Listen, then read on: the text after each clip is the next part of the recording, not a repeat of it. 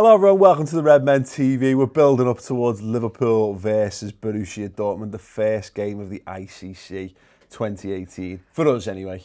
Yeah, over in Charlotte. We won't be there for this one. We will have our wonderful, intrepid explorer, cameraman Sean Kelly over there to bring back some cool stuff, but stay tuned to the channel for that, of course. But Chris, this is weird. Initially, when I was typing out my thoughts on this one, I was going to go with like, pre-season kind of starts here, but because of the way of the players coming back and what have you, tangibly, there's not going to be any major difference, I think, in terms of the personnel that we've got available to us here. We've seen the wonderful homoerotic pictures of Salah and Mane back in training along with Grujic, which people are far less, care far less about. I genuinely haven't seen a picture of Grujic. I've seen loads of Salah and Mane. I've seen lots of people like text saying that he's back, but zero pictures.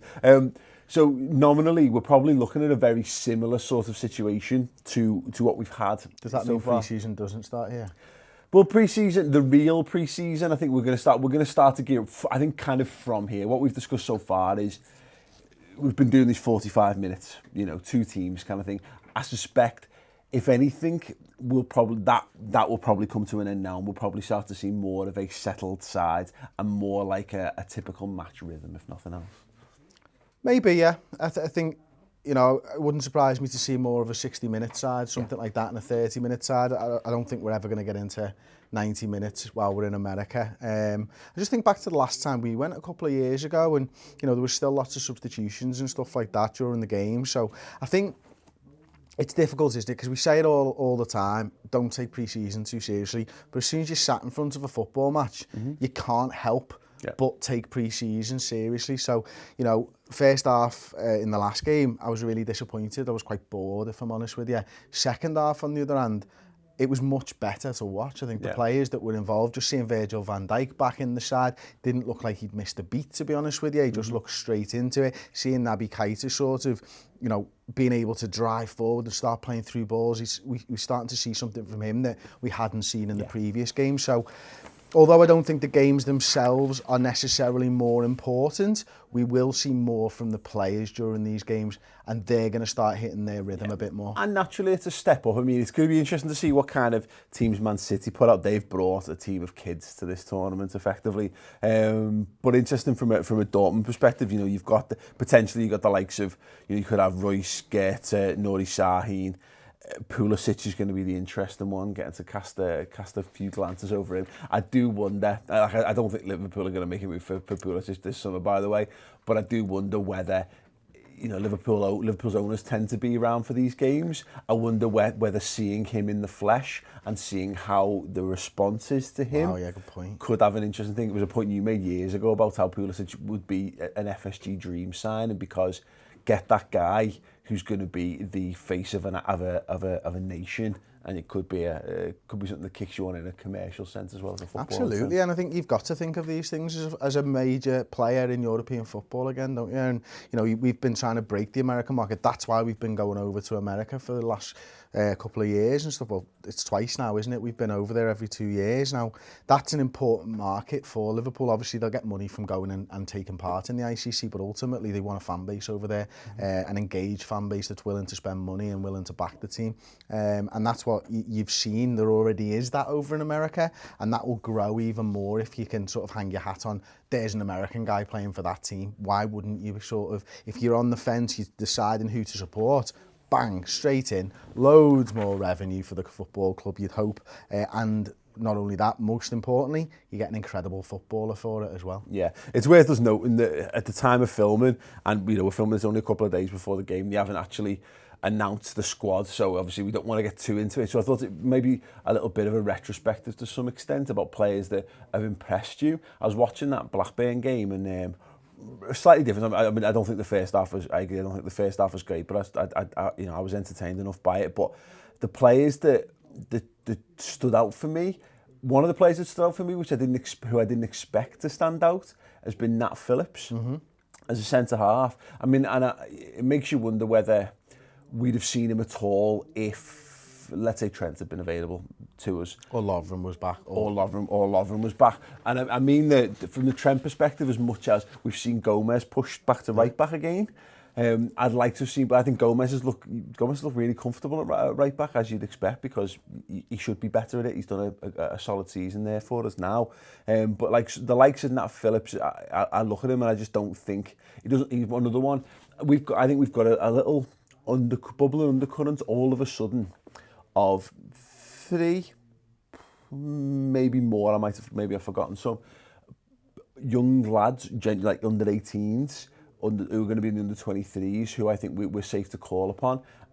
Obviously, Nat Phillips, he's not really been drawing the plaudit, but Curtis Jones, he looks better and better and better every single time. He does, and you know, I was sat with Matt from This Is Anfield during the game yesterday, and we were talking about him, and one of the things that he said to me was, I really want to see him in and around the first team this season, and he actually said the words, I'd loan Woodburn out and keep Jones, because Jones looks really exciting, you know, and also I think he's probably a bit better suited in his skill set to be able to play those wide positions where I do feel we're a little bit shorter. Maybe if Woodburn, because of his probably half a yard of pace that he's maybe lacking, wouldn't suit one of those wing positions, and would probably quite stocked in centre midfield, Jones could be an interesting option for it. It's something that I fully agree with, you know, every single game he has stood out.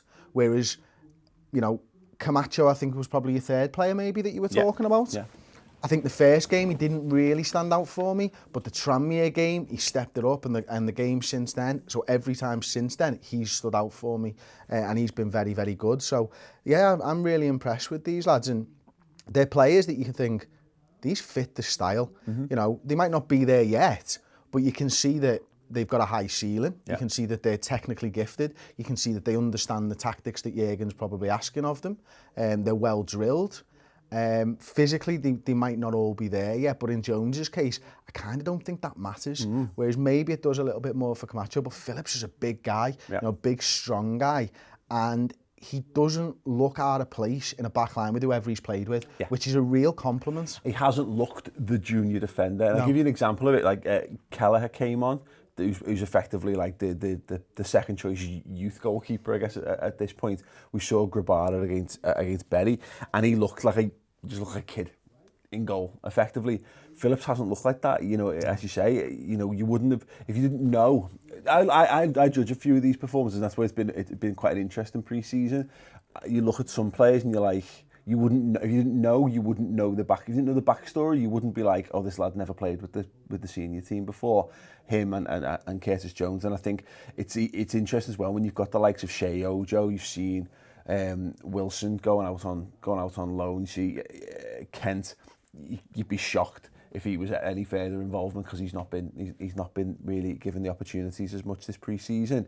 But you're looking at it and going, there's those lads there who are in the perfect bracket, that they're young enough that it'll still benefit them playing under 23s football this season, but they're also good enough that if you had a major crisis or you really wanted to cover what you were doing, I would not be upset to see Curtis Jones get a look in the first team, as an example. I know it's pre-season, you know, we say it all the time, and I know the opposition that we've come up against isn't the best, but he has looked so comfortable and fearless in possession, which even as I could put myself in that situation, you know, it would be a dream.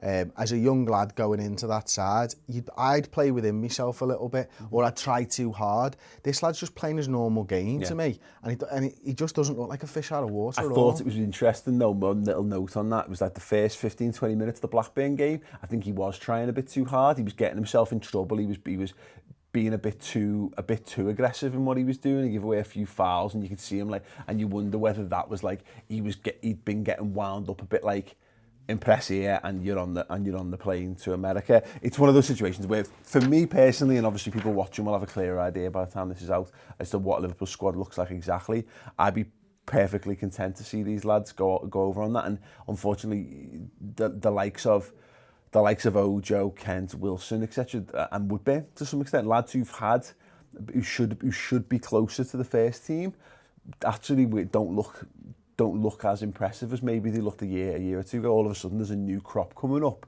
who just look weirdly more ready. Just a note of caution on like the Woodburn stuff and that. I think, again, you know, it's pre-season. I've said it 3 times already in this video, so apologies. you know, I was looking at doing a stats and tactics this week on Fabinho and Keita, and you know, we got some footage of the game that I'd recorded and I looked back on and stuff like that, and I wanted to talk a little bit about Fabinho and him dropping in between the centre halves and stuff like that. And I think it was Chris Bascom wrote an article in the Telegraph on Wednesday evening that came out, and right towards the end of the article he had a quote from Klopp talking about Fabinho. Did you see this one? This is from, I think this is from after the Tranmere game, when he talked about him having to learn how to, and he's just dropping too deep and stuff like that. Now, I don't think Fabinho did it as much, but it must be affecting Woodburn's game. You know, if one of your midfielders is out of position, is dropping too deep, that you have to take your position off the players you're playing with, especially if you're in centre midfield. So although it might not look on the surface that Woodburn's really impressed, you don't know how much having players who aren't used to playing those positions. You might look good on the ball, but positionally, if they're in the wrong place, that might affect Ben Woodburn's game as well. I think low-key Woodburn's been pretty good in pre-season. I think he's been very, very tidy on the ball. He's got a decent range of passing. But I think it's more, for me, it's the physical side of things, kind of what you were alluding to before. If you're looking at what we're asking of our midfielders, he was doing it. Naby Keita took a step up in the Blackburn game. He played with the shackles off a lot more. We saw Curtis Jones doing a similar thing as well. We know that Gini Wijnaldum can do that. We know that James Milner can do that. We know that Adam Lallana can do that. And I don't know whether Woodburn is either playing within himself or playing to the limits, or he's just adapting to a new role. But as it stands, you know, just ranking on what I've seen with my own two eyes so far, I don't have Woodburn in me. He doesn't quite. He's done more than some, but I don't think he just hasn't stood out in the way that he does. Exactly. That's a great way of saying it. So no, very interesting stuff. We're not going to do preferred 11s for this because it's just that we're on a hiding to nothing, because we could be picking players that aren't going to be there. I would be really upset if Lazar Markovic doesn't go to the States, by the way. I wouldn't be. I was so impressed by him. It's so annoying because me and Matt were having a bit on the wind up over it at the game. Because he's a world-class talent. One on one side, one on the other, giving it the absolute beans about Lazar Markovic, and they know that I don't think he's good at all, and they just kept on going and going and going. And do you know the thing is, I think they both started to believe it a little bit more as they went along. I know, I'm totally bought in to Lazar Markovic because... If only because, and look, again, this is probably a moot conversation because almost certainly won't be involved because we've only seen him for 45 minutes in pre-season. There's been no indication under Jurgen Klopp that he's got any time for Markovic at all. But what you could see from it linked into us having a much better team in the second half. Having a lad who naturally knows what he's doing on the wing, whether he's brilliant or not, is kind of by the by. Solanke didn't look good on the left-hand side, and Origi didn't look good on the left-hand side when they were flipped in the previous game. Having a lad who just knows what he's doing makes a massive difference to what you're doing, and I still do believe that there's a big understudy-shaped hole for that position at the moment, particularly now that we know that Sadio Mane is going to be playing the 10. Listen, let us know your thoughts. What would your preferred 11 be? Again, if the Liverpool squad's come out, you'll have a clear idea, so let us know in the comments below. Drop a like on the video, and if you want more on Alisson, who doesn't want more on Alisson? I want more on Alisson. We've got so much stuff. We've done a bit of a teaser video, like a taster of all the brilliant stuff we've done. You can watch that, of course, but there's literally 5 amazing shows dedicated to all different aspects of what it means to Liverpool, whether it's just emotional, a load of us here buzzing about it, to European football expert Andy Brassel, ESPN journalist Glenn Price. And we've got, again, just every angle you could possibly hope to have covered. So get over to the redmentv.com if you need more. Just need more of the Reds in your life. Get involved in that. Start your 3-month trial and let us know how you get on with it in the comments below. Chris, thank you. I bid you all adieu. I shall see you on the other side of the Atlantic for Liverpool's tour. Ta-ra.